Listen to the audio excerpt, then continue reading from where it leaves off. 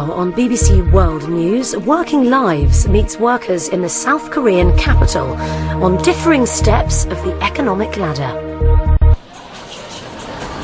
Welcome to Seoul, the bustling, buzzing capital city at the heart of one of the world's most remarkable economic stories.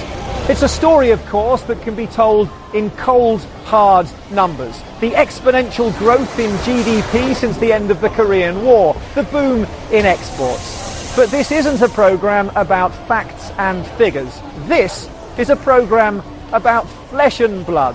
In the next half an hour, we'll be meeting 6 very different individuals in their homes and in their workplaces and finding out what makes this economy tick through the working lives of its people.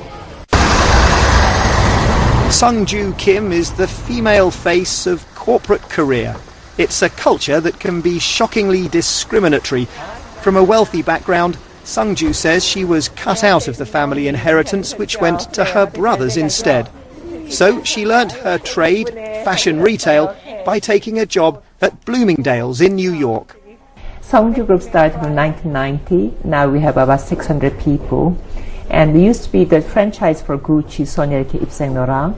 Around 1998, and during the Asian financial crisis, I restructured the company, sold Gucci, Sonia 이렇게 입생노랑 back to their own group, and mainly focused my business on MCM, and eventually I decided to acquire the brand 2005 as a Korean medium-sized company, women-owned, and acquired the European luxury brand. It was first time ever in Korea. She now manages 100 stores in more than 24 countries, and there are plans to open 30 new stores in China next year. 2005 we were about 100 million US dollars. Now we are already $300 million in 5 years time. Next year we are already looking about $400 million. That kind of fast growth. It means that not only the number of the employees, but more than 50 factories supplying from Korea, Italy, Germany, and 14 nationalities and 9 offices around the world. It means that really it's like a 360-degree management. But also now Asia becoming such an important market. Therefore, I go to China, for instance, almost every week. One of the biggest challenges SUNG-JOO has faced, she says, is the prejudice of the male-dominated business world. When I started, not many women in my level. So when I walk in like board directors meeting or some other CEOs meeting, they thought, why this woman walking in? She should just bring in the tea only, something like that. So instead of fighting against what's already there, I decided to just utilize women's capacity, maximize it. It means that women are more intuitive, therefore we understand the market changes or female consumers' mentality very well. The modern Korean economy has been built on mass production, on electronics and metal bashing.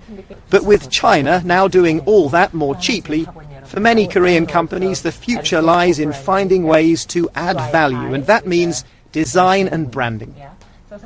This is Crocodile men's briefcase, $12,000 per piece. 12,000 US dollars. Wow, well look at that. That's a long way from the grit and the grime of motorbike delivery driving or the routine of factory production work. But it's still part of the Korean story and the growing importance of the luxury and design industries here. And so they tried to SUNG-JOO is successful and wealthy, one of the lucky few in a country where the average income is around 20,000 US dollars. But, she says, she's not motivated by personal gain. My daughter also always saying, Mom, you are carrying luxury products like this, but you are very luxury. Maybe because I don't have much time to spend, but also ultimately my goal is I really want to devote all my wealth to help the North Korea when it opens up. So that's where we leave our 6 working lives, busy making a living amidst all of this chaos of commerce and capitalism. We've seen the industry, the hard graft, the spirit of enterprise and the thirst for learning that has helped make this country what it is today. We've also seen that the shadow of North Korea still looms large. Of course, more refugees like Young Hee will come. Perhaps one day, many, many more. And in the end, the future of this economy may well depend on their ability to succeed here.